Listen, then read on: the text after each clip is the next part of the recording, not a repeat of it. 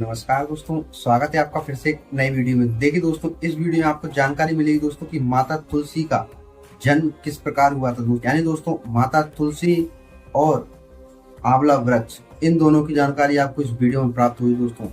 इस वीडियो को बहुत ही ध्यान से सुनिए दोस्तों, और यह जानकारी दोस्तों आपको 100% सत्य मिलेगी दोस्तों, क्योंकि जो महाशिव पुराण में बताई गई है वही बात आपको मैं बताऊंगा। इसके अलावा आपको कोई गलत बात नहीं बताऊंगा दोस्तों। देखिए दोस्तों, वीडियो पूरे देखने के बाद अगर वीडियो अच्छा लगे तो वीडियो को एक लाइक और चैनल को सब्सक्राइब अवश्य कर लें दोस्तों। चलिए दोस्तों, बिना टाइम वेस्ट की वीडियो स्टार्ट करते हैं। ध्यानपूर्वक सुनिए दोस्तों। माता धात्री किस प्रकार आंवला वृक्ष बनी, और माता वृंदा किस प्रकार तुलसी वृक्ष के नाम से प्रसिद्ध हुई, किस प्रकार वह तुलसी बनी, यह जानकारी बहुत महत्वपूर्ण है दोस्तों। ध्यानपूर्वक सुनिए। तो देखिए दोस्तों, शिव पुराण की कथा के अनुसार एक राक्षस था दोस्तों, जलंधर नाम से, और उनकी जो पत्नी थी वह थी वृंदा, उनका नाम था वृंदा। दोस्तों, जलंधर का वध बहुत मुश्किल था, बहुत कठिन तरीके से होना था दोस्तों। यानी उनका वध भगवान रुद्र भगवान ने किया था, जिनको आप भगवान शिव के नाम से जानते हैं दोस्तों। तो ठीक है, उन्होंने जलंधर का वध किया था दोस्तों, लेकिन वह इतना संभव नहीं था। तो वहां पर विष्णु भगवान ने कुछ लीलाएं रची थी। वृंदा के पतिव्रत धर्म को भी भंग किया था। वहां पर माता वृंदा को कुछ दृश्य दिखाए थे विष्णु भगवान ने उनकी पति की मृत्यु के।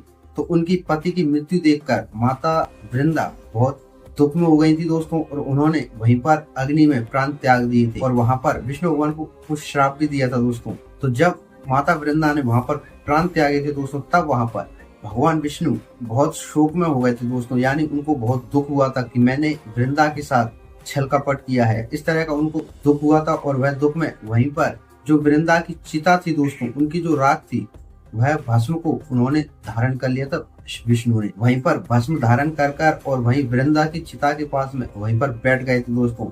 तो जब भगवान शिव ने जलंधर का वध किया था, तब सभी देवी देवताओं ने उनका हर्षोल्लास किया, उनकी पूजा अर्चना की और उनसे प्रार्थना अर्चना की। तब सभी देवी देवताओं ने वहां पर शंकर भगवान से निवेदन किया था दोस्तों की एक घटना और घटी है कि विष्णु भगवान वहीं पर वृंदा का भस्म धारण कर वहीं पर स्थित हैं, और वह वैकुंठ लोक वापस नहीं आए। यह सभी देवी देवताओं ने भगवान शिव से प्रार्थना अर्चना की। तो भगवान शिव ने माता पार्वती यानी आदि शक्ति के पास जाने का निर्देश दिया सभी देवी देवताओं को। तो सभी देवी देवता वहां पर माता पार्वती यानी आदि शक्ति के पास गए और उनकी पूजा अर्चना और वंदना की। तब माता शक्ति ने अपने तीनों रूप को प्रकट किया, यानी माता सरस्वती, माता लक्ष्मी और स्वयं उनका ही पूर्ण रूप माता पार्वती। यह तीनों रूपों को उन्होंने प्रकट किया, और वह तीनों रूपों ने दोस्तों उन देवताओं को अपना एक एक बीज प्रदान किया। अब इसके आगे क्या क्या घटा, वह सारी जानकारी आप स्वयं और लाइव सुनिए दोस्तों। आप सुनिए दोस्तों। देखिए, जब उन तीनों माताओं ने अपना एक एक बीज देवताओं को प्रदान किया, तब देवियां बोली दोस्तों, हे देवगणों, जहां पर विष्णु स्थित हैं वहां इन बीजों को बो देना, इससे आप लोगों का कार्य सिद्ध हो जाएगा। यह तीनों देवियों ने उन देवताओं को बीज देते हुए कहा।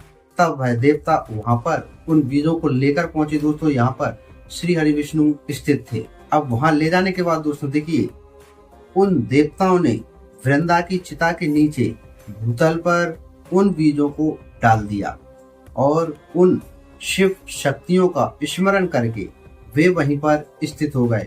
उन बीजों को वृंदा की चिता के नीचे डाल दिया दोस्तों, और उन देवियों का स्तवन किया, वंदन किया और उनका स्मरण किया। उन डाले गए बीजों से धात्री, मालती और तुलसी नामक तीन वनस्पतियां उत्पन्न हो गई। उन तीनों बीजों से दोस्तों इन तीन वनस्पतियों को उत्पन्न किया गया।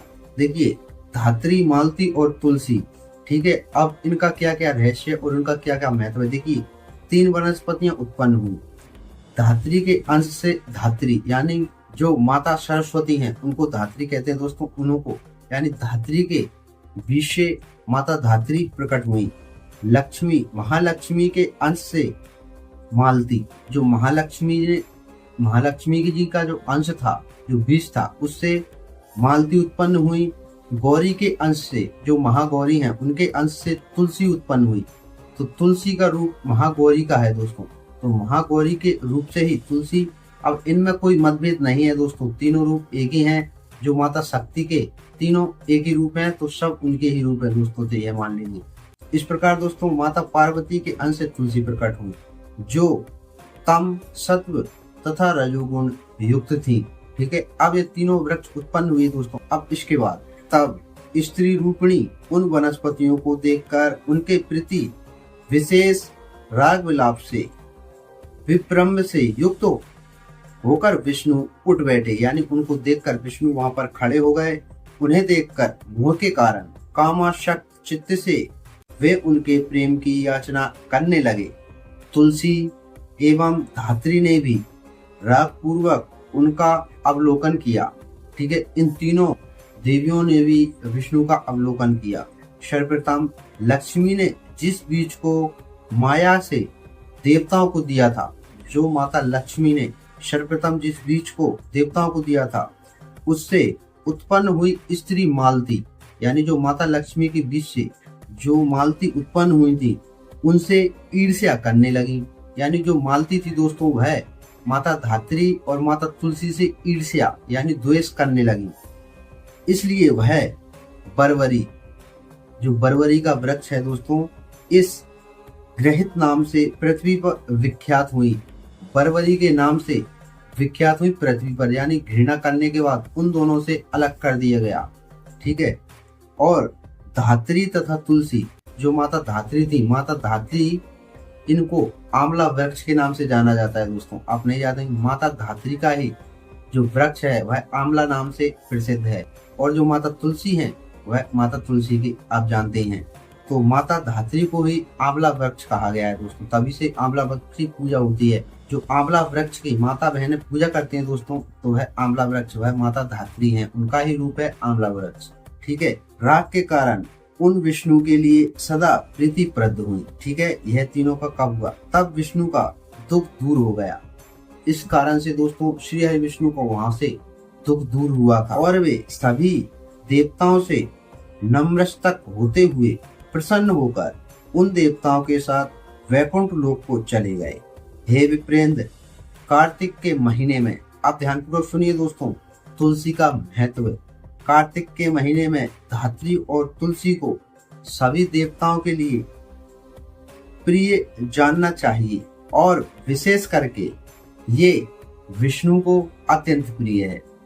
भगवान विष्णु को माता तुलसी और माता धात्री यानी आंवला, यह दोनों विष्णु भगवान को अत्यंत प्रिय है दोस्तों। यह बात ध्यानपूर्वक सुनिए, खासकर कार्तिक के महीने में। और देखिए दोस्तों, हे महामुने, उन दोनों में भी तुलसी अत्यंत श्रेष्ठ तथा धन्य है, यानी माता धात्री और तुलसी में भी, उन दोनों में भी तुलसी सबसे धन्य है और सबसे श्रेष्ठ मानी गई है। भगवान विष्णु को सबसे प्रिय है तुलसी, क्योंकि दोस्तों माता तुलसी माता वृंदा का पुनर्जन्म है दोस्तों, और भगवान विष्णु ने उनके साथ जो छल कपट किया था, यानी उनके मोह को हरा था, उनसे द्वेष रखा था, उसी कारण से दोस्तों जब वह उनकी चिता की भस्म को धारण कर एक जगह स्थित हो गए थे। इन दोनों में दोस्तों यानी माता धात्री और तुलसी में से सबसे श्रेष्ठ, सबसे अत्यंत प्रिय माता तुलसी है भगवान विष्णु को।